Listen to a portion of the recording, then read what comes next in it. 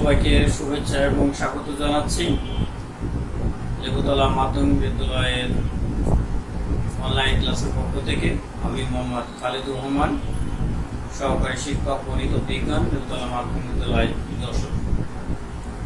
প্রিয় শিক্ষার্থী বন্ধুরা, আশা করি তোমরা অনেক ভালো আছো, সুস্থ আছো। আজকে বন্ধুরা তোমাদের সাথে আমি যে বিষয়টা নিয়ে আলোচনা করব, আমার আলোচনার বিষয়টা তোমাদের খুবই সুপরিচিত। সেই বিষয়টি হচ্ছে সেট।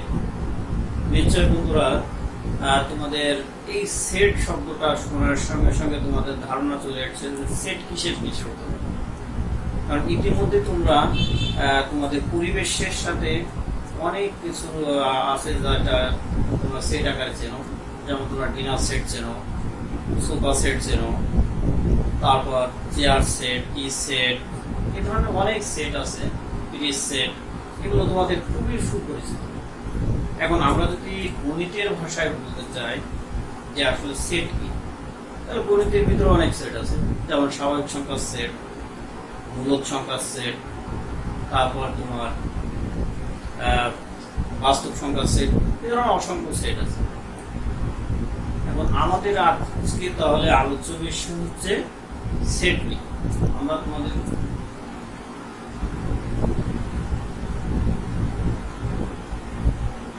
সেট,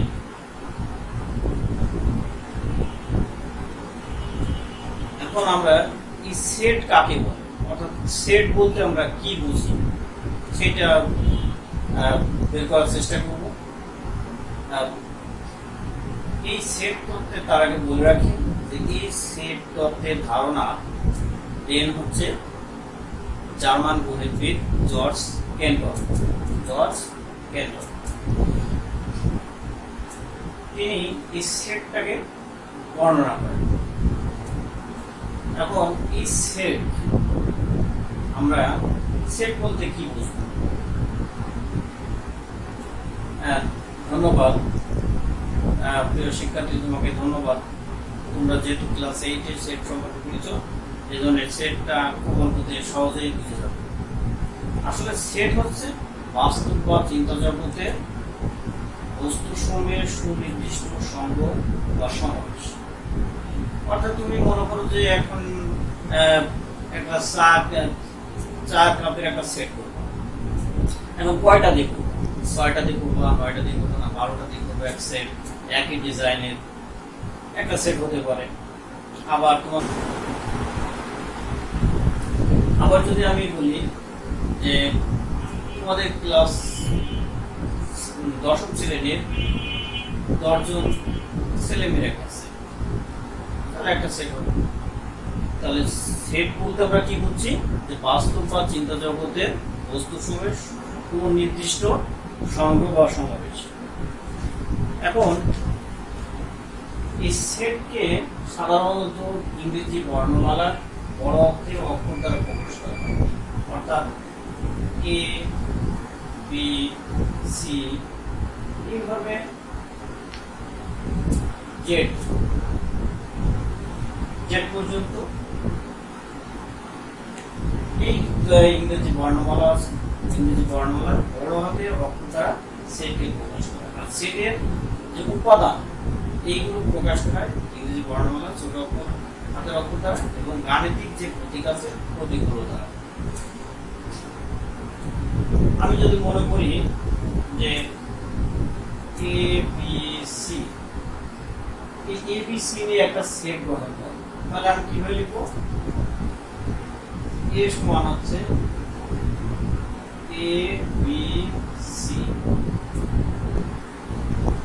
দেখো বন্ধুরা, এখানে একটা মজার জিনিস যে আমরা যখন সেট লিখছি যে এ বি সি নিয়ে আমরা একটা সেট গঠন করব, তাহলে বড়দের এ সমান, দেখো দুপাশে আমরা কি দিচ্ছি?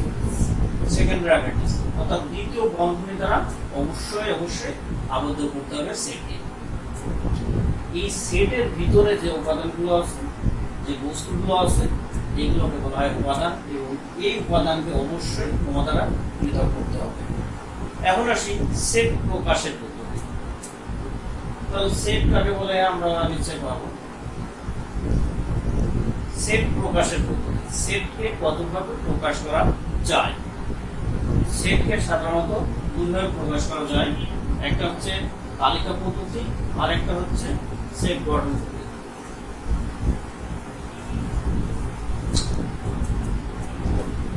প্রিয় শিক্ষার্থীরা, তাহলে আমি কি বললাম, সেটকে কতভাবে প্রকাশ করা যাবে?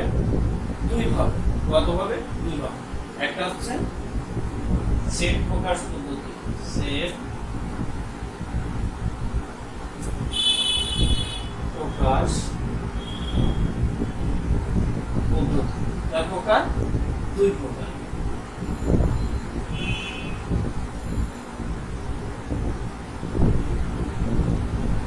এখন হচ্ছে তালিকা পদ্ধতি। তালিকা পদ্ধতি। দুই নম্বর হচ্ছে সেট গঠন পদ্ধতি। সেট গঠন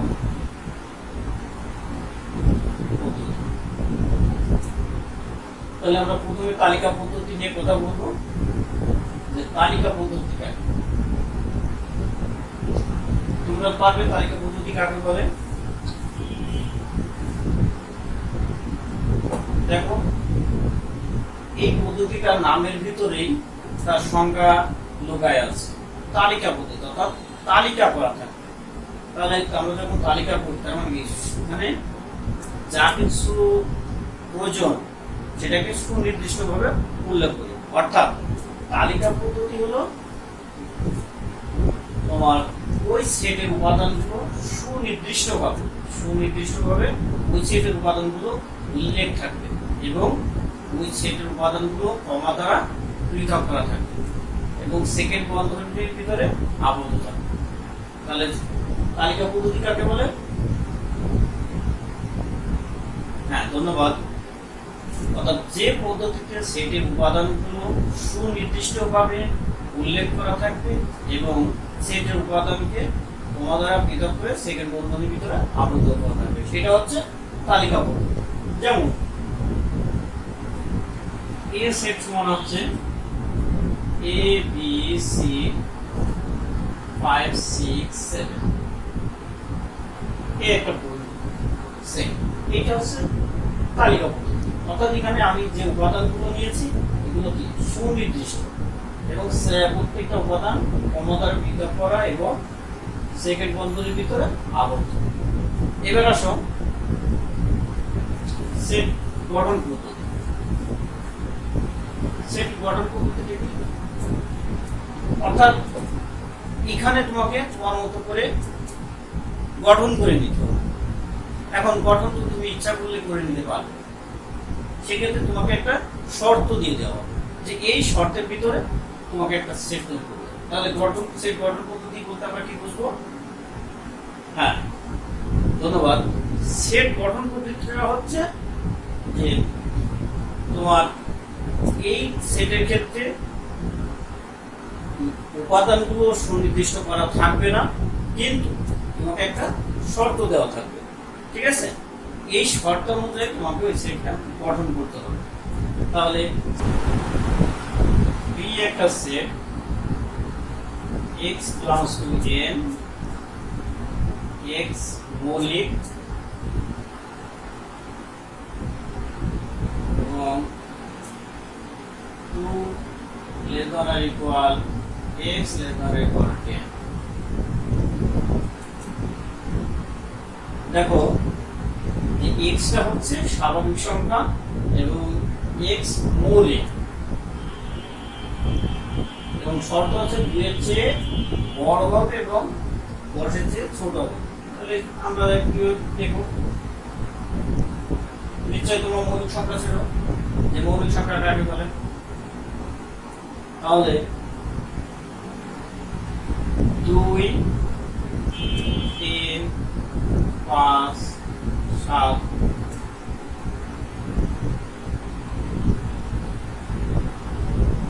দেখি যে তাহলে বি সেট সমান হচ্ছে 2 3 5 7।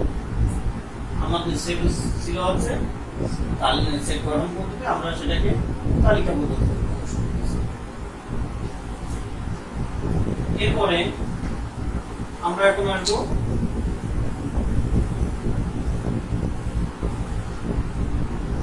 সেটের প্রকার প্রতি। সেট কত প্রকার হতে পারে, সেটটা কত প্রকার হতে পারে? তোমরা কেউ বলতে পারবে যে সেট কত প্রকার? হ্যাঁ, ধন্যবাদ শিক্ষার্থী। আমি জানি তোমরা অনেকেই পারছো যে সেট আসলে 3 প্রকার। সেট 3 প্রকার। কি কি সেট? হ্যাঁ, ধন্যবাদ। 3 প্রকার সেট, 3 প্রকার। এক হচ্ছে সসীম সেট, সসীম সেট। 2 অসীম সেট। 3 ফাঁকা সেট। তাহলে আমরা এখন জানলাম যে সেট হচ্ছে 3 প্রকার। সেট 3 প্রকার: সসীম সেট, অসীম সেট এবং ফাঁকা সেট। এখন তোমাদের যেটা বলতে হবে যে সসীম সেটটা কি? সসীম সেট কি? সসীম সেট বলতে তোমরা কি বুঝো? হ্যাঁ, সসীম সম্পর্কে তোমাদের একটা ধারণা আছে যে যেটাকে গুণে নির্ধারণ করা যায়, অর্থাৎ গুণে শেষ করা যায়, সেটা হচ্ছে সসীম। তাহলে সেটার ক্ষেত্রে সেই একই রকম, যে যে সেটের উপাদানগুলো গণনা করে নির্ধারণ করা যাবে আমরা সেই সেটটাকে বলবো সসীম সেট। সেই সেটটাকে বলবো সসীম সেট। যেমন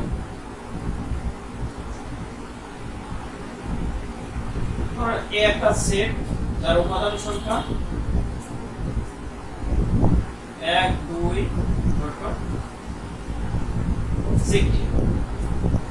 অর্থাৎ সসীম সেট হচ্ছে এ থেকে একটা সেট যার উপাদান সংখ্যা হচ্ছে 1 থেকে 60 পর্যন্ত। এটা গণনা করে নির্ধারণ করা যায়। এবং অসীম সেট, অসীম সেটটা কি হবে? অসীম মানে কি? যার সীমা নেই, অর্থাৎ যেটাকে গণনা করে নির্ধারণ করা যাবে না, অর্থাৎ গুণে শেষ করা যায় না। একটা বাস্তব উদাহরণ তোমরা দিতে পারবে? হ্যাঁ, ধন্যবাদ। আমি জানি তো যে তোমরা অনেকে এটা পারবে। যে আমরা ছোটবেলায় দেখে শুনেছি, আমাদেরকে অনেক বলতো যে এক ডালি সুপারি গুনতে পারে না ব্যাপারী। এক ডালি সুপারি গুনতে পারে না ব্যাপারী। এর মানে কি? তখন আমরা ছোট ছিলাম, হয়তো অনেকেই পারতো, অনেকে পারতো। নিশ্চয় তোমরা পারবে। হ্যাঁ, আকাশের তারা, এই তারা গণনা করে নির্ধারণ করা যায় না, শেষ করা যায় না। তাহলে এটা হচ্ছে অসীম সেটের উদাহরণ। এরকম মূলদ সংখ্যা, তারপরে মৌলিক সংখ্যার সেট, মূলদ সংখ্যার সেট। এখন কতটা মৌলিক সংখ্যা আছে, কতটা অমূলদ সংখ্যা আছে, এটা তো গণনা করে নির্ধারণ করা সম্ভব না। এটা হচ্ছে অসীম সেট।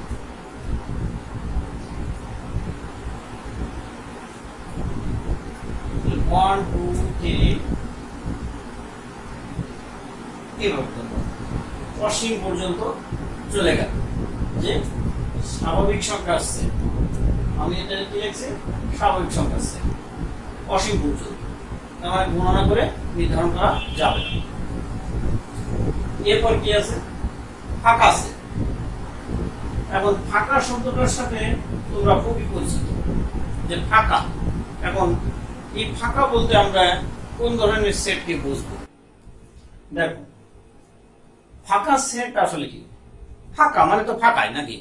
এখন আমার হাতে একটা বাটি আছে, দেখো, এই বাটির ভিতরে, বাটিটাকে আমি যদি একটা সেট মনে করি, তাহলে এই বাটির ভিতরে কোনো উপাদান আছে, অর্থাৎ কোনো কিছু আছে ভিতরে? কিছুই না। তার মানে যদি কোনো সেটের ভিতরে কোনো কিছু না থাকে, অর্থাৎ কোনো উপাদান না থাকে, সেটাকে আমরা বলবো ফাঁকা সেট। অর্থাৎ তাহলে ফাঁকা সেটের সংজ্ঞাটা কি হবে? হ্যাঁ, ধন্যবাদ। অর্থাৎ যে সেটের কোনো উপাদান নেই, সেই সেটকে আমরা বলবো ফাঁকা সেট। আমরা যদি সি একটা সেট মনে করি, তাহলে দেখো এর ভিতর কোনো উপাদান নেই, এই সেটটাকে আমরা বলবো ফাঁকা সেট। তাহলে তোমরা নিশ্চয়ই এখন পারবে যে সেট কত প্রকার, কি কি, এবং কোন প্রত্যেকটা সেটের উদাহরণ তোমরা নিজেদের মতো করে নিজেরা দিতে পারবে ইনশাআল্লাহ। সে আত্মবিশ্বাস আমার আছে, তোমরা নিশ্চয়ই পারবে। ফাঁকা সেটের আরো একটা বাস্তব উদাহরণ আমি তোমাদেরকে দিই। যেমন জেলা স্কুলের 3 জন ছাত্রীর সেট, জেলা স্কুলের 3 জন ছাত্রীর সেট। এখন যারা জেলা স্কুল সম্পর্কে, যশোর জেলা স্কুল সম্পর্কে জানো, তারা নিশ্চয়ই বলতে পারবে যে আসলে ওখানে ছাত্রী আছে কিনা। হ্যাঁ, ওখানে কোনো ছাত্রী নেই, তার মানে কি এটা ফাঁকা সেট, এটা হবে না, তাই তো? তদ্রূপ ভাবে যদি আমরা মনে করি যে যশোর সরকারি বালিকা বিদ্যালয়, ওখানে 3 জন ছাত্রের সেট, এটা কি? এটাও ফাঁকা সেট, কারণ ওখানে কোনো ছাত্র নেই। আমরা আসি এখন ভেন চিত্রে। ভেন চিত্র, হ্যাঁ, ভেন চিত্রটা কি? যে বিজ্ঞানী জন ভেন সেটের কার্যবিধি চিত্রের মাধ্যমে প্রকাশ করেন, এই জন্য তার নাম অনুসারে এই পদ্ধতিটাকে নাম দেওয়া হয়েছে ভেন চিত্র পদ্ধতি। বিজ্ঞানী জন ভেন, তাহলে ভেন চিত্রের জনক হচ্ছে জন ভেন। জন ভেন সেটকে, অর্থাৎ সেটের কার্যবিধি চিত্রের মাধ্যমে প্রকাশ করেন, এই জন্য তার নাম অনুসারে এই সেটকে বলা হচ্ছে ভেন চিত্র। একই সমতলে বিবেচনাধীন বিভিন্ন সেটকে বৃত্তাকার, তারপরে ত্রিভুজাকার বা আয়তাকার আকারে প্রকাশ করে তিনি সেটটাকে প্রকাশ করেন, এই জন্য আমরা তার নাম অনুসারে এই সেট পদ্ধতিকে বলা হয়েছে ভেন চিত্র বা ভেন চিত্র পদ্ধতি।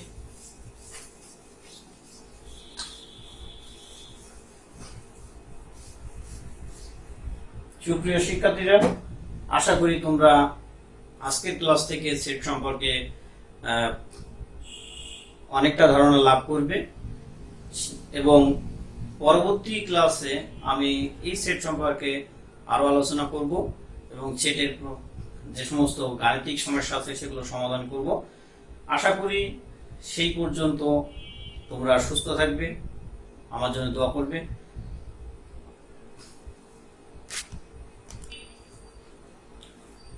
যারা আমার ক্লাসটি এতক্ষণ ধরে দেখলে তাদের সবাইকে আমি আবারও ধন্যবাদ জানাচ্ছি, এবং আশা করি পরবর্তী ক্লাসগুলো দেখার চেষ্টা করবে।